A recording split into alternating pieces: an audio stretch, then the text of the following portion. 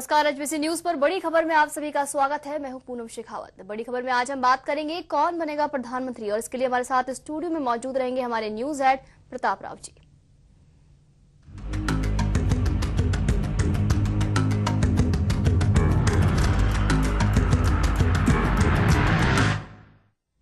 कौन बनेगा करोड़पति, कौन नहीं देखता। एक सवाल, चार जवाब, जिनमें से एक सही जवाब होता है। लेकिन अगर ये पूछा जाए कि कौन बनेगा प्रधानमंत्री, तो न जाने कितने सारे जो विकल्प हैं जहन में घूम जाते हैं। प्रताप जी, क्या लगता है कि अगर पूछूं मैं आपसे आपकी राय कि कौन बनेगा प्रधानमंत्री, तो कितने नाम आपके जहन में जो है गूंजते हैं? इसका जवाब तो मैं नहीं दे सकता, लेकिन तुम्हें ऑप्शन बताना पड़ेगा पूनम कि ऑप्शन बहुत सारे ऑप्शन है। इतने सारे ऑप्शन है कि समझ में नहीं आता कि किन किन का नाम ले। राहुल गांधी है, नरेंद्र मोदी है, अगर तुमने मुझसे पूछा होता कि अमेरिका का राष्ट्रपति, अगला राष्ट्रपति कौन बनेगा, तो शायद हो सकता है मैं जवाब दे पाऊं, लेकिन कौन बनेगा प्रधानमंत्री भारत का, इसका जवाब देना संभव ही नहीं लगता है। प्रताप जी, आखिर ऐसा क्यों है कि जहां कांग्रेस में एक ही नाम है, एक ही उम्मीदवार है, वहीं भाजपा में एक नहीं, दो नहीं, कितने सारे चेहरे हैं जो कि प्रधानमंत्री बनने के लिए बिल्कुल तैयार बैठे हुए हैं? अब पूनम, बात यह है कि जब कुर्सी की दौड़ ही शुरू हो गई है, प्रधानमंत्री का खेल शुरू हो गया है, तो क्यों नहीं हर आदमी अपना दांव आजमा दे, क्योंकि बिगड़ता तो कुछ है नहीं दांव में सामने आने से। और अभी 2014 के लिए चुनाव भी बाकी है, तो सब चाहते हैं कि इस दौड़ में हमारा भी नाम लिखा दिया जाए। ये बात अलग है कि दौड़ में कितनी दूर तक चल पाते हैं, वो बात अलग है। मैराथन रेस जब होती है, चलो Jaipur green city marathon race होती है, तमाम शहरों में भी होती है। तो जब मैराथन रेस होती है तो हजारों की संख्या में लोग भागते हैं, और लेकिन चंद लोग ही पहुंच पाते हैं। तो कुछ मामला ऐसा ही लगता है मुझे कि प्रधानमंत्री पद की भी दौड़ शुरू हो चुकी है। लेकिन सबसे बड़ी बात यह है कि देश की जनता के सामने पूनम सवाल ये बहुत बड़ा बनता जा रहा है। शायद अगर कौन बनेगा करोड़पति में इस बात को पूछ लिया जाए, तो शायद मेरे ख्याल से एक भी प्रतिभागी ऐसा नहीं हो जो इस सवाल का जवाब दे पाए। यहां तक कि खुद अमिताभ बच्चन भी इसमें पशोपेश में पड़ जाए। क्योंकि प्रताप, सबसे बड़ी बात यहां पर एक और सामने आती है कि जहां कांग्रेस में सिर्फ राहुल गांधी के नाम पर मुहर लगी हुई है, वहीं भाजपा में कई चेहरे हैं। लेकिन सवाल ये उठता है कि आखिर राहुल गांधी क्यों प्रधानमंत्री पद के लिए एलिजिबल हैं, जबकि कई ऐसी चीजें हैं जो कि उनको एलिजिबल जो है नहीं बनाती है यहाँ पर। नहीं पुनः, बात यह है कि लोकतंत्र में एलिजिबिलिटी एक अलग कारणों से होती है।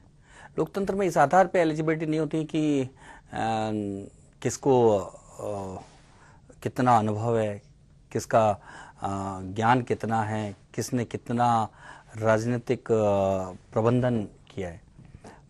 इस बात में होता है कि समर्थन कितना है, आखिर में उसकी पार्टी में समर्थन कितना है, जनता के बीच में समर्थन कितना है। यदि उसको उतारा प्रधानमंत्री पद के तौर पे, तो कितने लोग पार्टी के साथ जुड़ेंगे, कितने वोट पड़ेंगे पार्टी को, कितनी सभाओं में भीड़ जुटेगी, किस तरह से प्रत्याशियों को लाभ मिलेगा, ये सारी बातें देखी जाती है। तो इसमें कांग्रेस पार्टी के पास दुर्भाग्य से मनमोहन सिंह होने चाहिए थे, लेकिन मनमोहन सिंह क्योंकि बोलते नहीं है, तो नहीं बोलने के कारण उनकी कोई एक रेटिंग बन ही नहीं पाती है। प्रताप जी, आपने कहा रेटिंग नहीं बन पाती है मनमोहन सिंह की, उनको नकारा कहा जाता है, उनको कहा जाता है कि वो भ्रष्ट मंत्रियों के समूह के सरताज है। लेकिन बावजूद उसके यूपीए में वो बने हुए हैं, दो कार्यकाल से प्रधानमंत्री बने हुए हैं। तो क्या अगर कांग्रेस राहुल गांधी को एज ए पीएम उम्मीदवार उतारती है, तो क्या उनको भी बेनिफिट मिलेगा कि जिस तरह से मनमोहन सिंह को प्रधानमंत्री बनाया गया था, उस तरह से राहुल गांधी भी बन सकते हैं? बिल्कुल, राहुल गांधी और मनमोहन सिंह के बीच में पूनम बड़े अलग मामला है। राहुल गांधी एक ऐसी फैमिली को बिलोंग करते हैं जो कि वास्तव में जमीनी राजनीति करते हुए आगे बढ़ी है, और देश का प्रथम परिवार कहने का पूरा हक जताने लगी है। क्योंकि देश में अगर यदि किसी एक परिवार ने सबसे ज्यादा शासन किया है, तो वो राहुल गांधी का परिवार है। ये उनका सौभाग्य है। दूसरी बात है कि उनका ये भी सौभाग्य है, उनके पिता, उनकी दादी के पिता इस देश के प्रधानमंत्री रह चुके हैं। तो ऐसी स्थितियों में, और आज उनकी माँ जिस पार्टी का प्रधानमंत्री है उसकी प्रमुख है, तो ऐसी स्थितियों में उन्हें तो पूरा लाभ मिलना ही है, और उनका हक भी बच जाता है। और कांग्रेस में एक परंपरा भी है। कांग्रेस में जब सब कुछ रास्ता नजर नहीं आता है, तो गांधी का एक सहारा हो जाता है। और इसलिए कहते हैं कि जो मजबूरी का नाम महात्मा गांधी, तो अब चलती का नाम भी गांधी है। जब कांग्रेस की गाड़ी चलती है तो गांधी ही याद आता है उनको। इसलिए राहुल गांधी के अलावा उनके पास है भी नहीं कोई। प्रताप जी, तो यहाँ पर कितने सारे चेहरे हैं जो प्रधानमंत्री पद के उम्मीदवार के तौर पर देखे जा रहे हैं, या फिर अपने आप को समझते हैं? आपको दिखाते हैं। कौन बनेगा करोड़पति के प्रतिभागियों की तरह कौन बनेगा प्रधानमंत्री का सवाल भी अब टेढ़ी खीर होता जा रहा है। तमाम चेहरे और उनकी मारामारी ने पीएम पद को वाकई में पकोड़े की तरह बना दिया है, जो हर कोई खाना चाहता है। जैसा कि शरद यादव ने कहा, पीएम पद की रेस में कांग्रेस की तरफ से एकमात्र दावेदार जहां राहुल गांधी बने हुए हैं, वहीं भाजपा में एक नहीं दो नहीं कई फाड़ हैं। आडवाणी जहां वरिष्ठता का लाभ पीएम पद के रूप में पाना चाहते हैं, वहीं सुषमा स्वराज साइलेंट उम्मीदवार हैं। नरेंद्र मोदी एक ही समय पर सबसे विवादास्पद और सबसे चहेते उम्मीदवार भी हैं। गुजरात में मोदी की अच्छी छवि बाकी राज्यों के वोटरों को रिझाने में नाकामयाब रह सकती है, तो वहीं उनके नाम पर पार्टी और उसके संगठक दलों की भी भौहें तन जाती हैं। जदयू के नेता जहां मोदी का नाम भी सुनना नहीं चाहते, वहीं आडवाणी पर सहमति जता रहे हैं, लेकिन शिवसेना ने सुषमा स्वराज पर अपनी उंगली रखी है। आपको बता दें कि कुछ दिन पहले बाल ठाकरे की खराब सेहत का हाल जानने पहुंची सुषमा स्वराज का राजनीतिक गणित यहां जाकर बैठा। संघ कभी हाँ तो कभी ना की स्थिति में है, तो वहीं गडकरी की पहली चिंता अपनी खुद की कुर्सी बचाने की थी, जो वो बचा चुके। पार्टी ने तरफ से नाराज चल रहे येदियुरप्पा तीसरे मोर्चे की ओर अग्रसर हैं, तो वहीं ममता बनर्जी ने खुलेआम यूपीए के खिलाफ दिल्ली में ही ताल ठोक रखी है। मुलायम सिंह अक्सर तीसरे मोर्चे से इनकार कर देते हैं, लेकिन पीएम पद की इच्छाओं को सालों से दबाए बैठे हैं।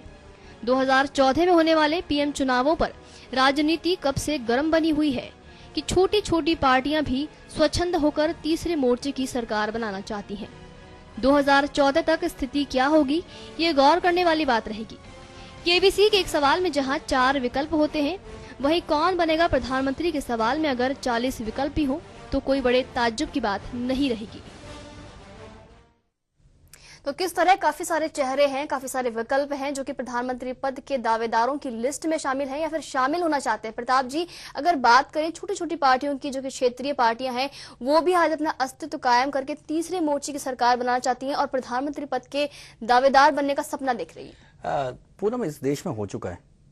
हमने देखा कि हरदनल्ली देवगौड़ा, डोड्डगौड़ा, देवगौड़ा जब प्रधानमंत्री बने तो लोगों को पता भी नहीं था ये देवगौड़ा है कौन। कर्नाटक के एक मुख्यमंत्री थे, अचानक ही उभर के आए और प्रधानमंत्री बन जाते हैं। तो इस देश में उसके बाद इंद्र कुमार गुजराल आ जाते हैं, कभी चंद्रशेखर आ जाते हैं, कभी चरण सिंह पहले आ चुके हैं। यानी छोटे छोटे राजनीतिक दलों के जो नेता हैं प्रधानमंत्री पद पे पहुंचे हैं, तो ये साफ तौर पे जाहिर हो गया है कि इस देश में प्रधानमंत्री तो जुगाड़ तुगाड़ करके, क्योंकि जुगाड़ का जमाना है और देश में जुगाड़ बहुत चलता है, तो जुगाड़ करके, राजनीतिक जुगाड़ करके प्रधानमंत्री पद पे तो पहुंचा जा सकता है। बस उसमें यह है कि शायद लगता है कि मुझे लगता है जो चारों टायर खुद के होने चाहिए, बाकी ऊपर की बॉडी वगैरह जुट जाती है। तो ज्यादातर नेता ऐसे ही करते हैं कि वो टायर जुटाने की कोशिश करते हैं पूरा, और जिन जिन लोगों के पास टायर जुट चुके हैं वो शायद इस पूरी ख्वाहिश में, जैसे मुलायम सिंह आज उनको लगता है कि यूपी उनके साथ है, ममता को लगने लगा है बंगाल उनके साथ है, और जयललिता भी धीरे धीरे अब सोचने लगी हैं तमिलनाडु और दक्षिण में भी उनका साथ मिल जाएगा। तो इस तरह से नए नए नेताओं की एक तो ख्वाहिश हो ही जाती है कि जब 4 टायर आ गए हैं तो बाकी गाड़ी का जुगाड़ तो अपन कर ही सकते हैं। बिल्कुल प्रताप जी, इनकी काफी सारे नाम जो हैं इस बार लिस्ट में है और काफी सारे नाम अभी वेटिंग लिस्ट में है और काफी सारे नाम जो हैं आना चाहते हैं प्रधानमंत्री पद की दावेदारी के लिए। यहाँ रुकेंगे छोटे से ब्रेक के लिए, ब्रेक के बाद होंगे फिर से हाजिर।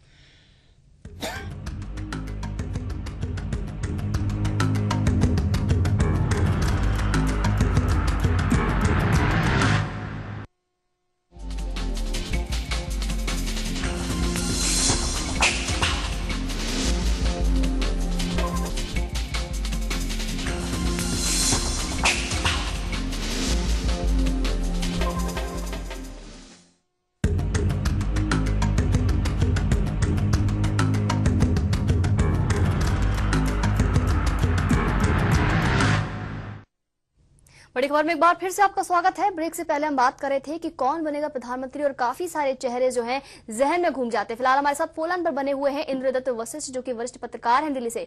इंद्रदत्त जी, बहुत बहुत स्वागत है आपका एचबीसी न्यूज में। इंद्रदत्त जी, बहुत बहुत स्वागत है आपका एचबीसी न्यूज में। जी इंद्रदत्त जी, आप सुन पा रहे हैं हमें? अभी फिलहाल संपर्क यहाँ पर नहीं बन पाया, लेकिन प्रताप जी, हम यही चर्चा यहाँ पर कर रहे थे कि लगातार प्रधानमंत्री पद पर जो दावेदार हैं बढ़ते ही जा रहे हैं। आखिर इतना जो कंफ्यूजन है, क्या ये स्थितियां बनी हुई हैं क्या सही है या फिर क्या पहले भी थी इस तरह की वैसे स्थितियां? तो अच्छी बात है कि हमारे पास हमारे देश के पास ऐसे एक के बाद एक नेताओं की फौज है जो प्रधानमंत्री पद पे पहुंच सकती है, ऐसा वो जो दावा करने वाले कहते हैं। लेकिन दुर्भाग्य इस बात का है कि जनता इनमें से एक को भी प्रधानमंत्री पद के लायक नहीं समझ रही। ये सबसे बड़ा दुर्भाग्य है। देश में प्रधानमंत्री पद के दावेदारों की फौज बढ़ते जाने से कुछ होगा नहीं, लेकिन देश की जनता पे राज करने वाले नेताओं की बहुत कमी होती जा रही है। और समस्या यही एक सबसे बड़ी बात ये आती है कि देश की जनता सामूहिक तौर पे किसी भी नेता को अपना नहीं रही है। इसलिए जब लगता है कि ये नेता अगर दौड़ में है तो मैं क्यों नहीं हूं, और ऐसे दौड़ शुरू होती जा रही है पूनम। लेकिन सबसे बड़ी बात यह है कि जितने भी ये नेता आए हैं इनको कोई बहुत बड़ा जन समर्थन है या जवाहरलाल नेहरू, इंदिरा गांधी या अटल बिहारी वाजपेयी के जैसा इनका करिश्माई नेतृत्व है, ऐसा कुछ नहीं। जी यहाँ पर एक और है कि येदियुरप्पा ने हाल ही में कहा, बता दें आपको फिर से कि हमारे साथ जुड़ चुके हैं वरिष्ठ पत्रकार इंद्रदत्त वशिष्ठ जी। बहुत बहुत स्वागत है आपका एचबीसी न्यूज में। जी इंद्रदत्त जी, बहुत बहुत स्वागत है आपका एचबीसी न्यूज में। इंद्रदत्त जी, क्या आप हमें सुन पा रहे हैं? हाँ बोलिए ना। जी बिल्कुल इंद्रदत्त जी, एक सवाल है आपसे कि कौन बनेगा प्रधानमंत्री के लिए जहन में काफी सारे सवाल, काफी सारे नाम जो हैं जहन में घूम जाते हैं, आपकी क्या राय है?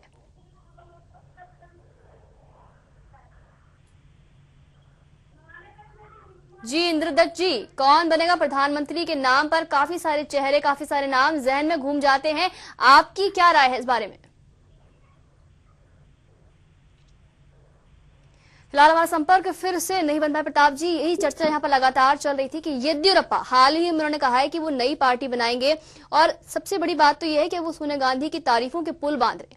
और एक बात और कही है येदियुरप्पा ने कि कांग्रेस जो है अपने चाहे भ्रष्ट मंत्री हो चाहे कैसे भी मंत्री हो, लेकिन उनको बचा कर रखती है। तो ऐसे ऐसे लोग जो प्रधानमंत्री पद के दावेदार बनना चाहते हैं, जो कि चाहते हैं कि उनके जो भ्रष्टपन है उसको दबाया जाए, उसको छुपाया जाए। नहीं, ये तो बात है ही पूनम। ये एक निश्चित तौर पे राजनीतिक जो गिरावट का एक नमूना है, ये तो साफ तौर पे जाहिर है। लेकिन सबसे बड़ी बात है कि इस देश ने ऐसे ऐसे प्रधानमंत्रियों को देखा जिन्होंने अपनी लोकप्रियता के दम पे, जिन्होंने अपनी जनसेवा के दम पे, जिन्होंने अपने विचारों के दम पे, अपने अनुशासन के दम पे इस पद को प्राप्त किया। उसमें हम देखें कि मैं जो 3 नाम तो मैंने लिए, जवाहरलाल नेहरू, इंदिरा गांधी या हम अटल बिहारी वाजपेयी का नाम लें, तो तीनों के तीनों ऐसे तब कर निकले हुए नेता थे जिन्होंने जनता के बीच रह के काम किया, जन समर्थन प्राप्त किया और अपनी छवि बनाई, और जो जनता में लोकप्रिय थे और जनता उनके पीछे थी। केवल पार्टी की विचारधारा के आधार पर वो प्रधानमंत्री नहीं बने, वो बने तो अपनी लोकप्रियता के आधार पर, अपने जनता के साथ जुड़ाव के आधार पर। जनता उनके पीछे चलती थी। वाजपेयी का तो करिश्मा ऐसा था कि जैसे बैक पाइपर का कहते हैं कि फ्लूट वाले का जिस तरह से गांव की गांव भीड़ जुड़ जाती थी, वैसे बिल्कुल वो करिश्माई नेतृत्व था। ऐसे में लगता है कि अब ऐसा करिश्माई नेतृत्व कहीं दिखाई नहीं देता। प्रताप जी, दिखाई देता भी नहीं है और शायद जनता देखना भी नहीं चाहती, क्योंकि उस टाइम वो करिश्माई नेतृत्व था, वो उनकी शख्सियत थी। लेकिन अगर आज देखें तो मनमोहन सिंह के ऊपर कितने आरोप लगते हैं, बावजूद उसके प्रधानमंत्री बने हुए हैं। पूनम चाहती है, बिल्कुल जनता चाहती है। जनता चाहती है कि फिर एक ऐसा मजबूत नेतृत्व देश को प्राप्त हो जो उनकी समस्याओं को हल कर सके, अंतर्राष्ट्रीय स्तर पे उनकी छवि को बढ़ा सके, गर्व से सीना फुला सके आम भारतवासी। जनता तो चाहती है, जनता तो ढूंढ रही है। जनता लालटेन लेके रात में भी ढूंढती है, दिन में भी ढूंढती है। यहाँ पर फिलहाल हमारे साथ जुड़ चुके हैं वरिष्ठ पत्रकार केडी पाठक। केडी जी, बहुत बहुत स्वागत है आपका एचबीसी न्यूज में। जी धन्यवाद। जी केडी जी, एक सवाल है दिमाग में कि अगर पूछा जाए कि कौन बनेगा प्रधानमंत्री, तो कितने चेहरे, कितने नाम हैं जो जहन में घूमते हैं, आपकी राय क्या है इस बारे में? देखिए, जहाँ तक प्रधानमंत्री का सवाल है, इस बार किसी भी पार्टी के पास कोई ज्यादा चेहरे नहीं है जी। कांग्रेस के पास मनमोहन सिंह जी हैं, वो कहते हैं कि अगली बार मनमोहन सिंह नहीं होंगे, पर घुमा फिरा के फिर मनमोहन सिंह हैं। बीजेपी के पास आडवाणी जी का लगता नहीं अब बने, नरेंद्र मोदी बने नहीं। उसके बाद उनके पास भी नंबर 2 की लाइन में सुषमा स्वराज, अरुण जेटली, पर कोई ऐसा नहीं है कि जिसके नाम को वो आगे लेके चले।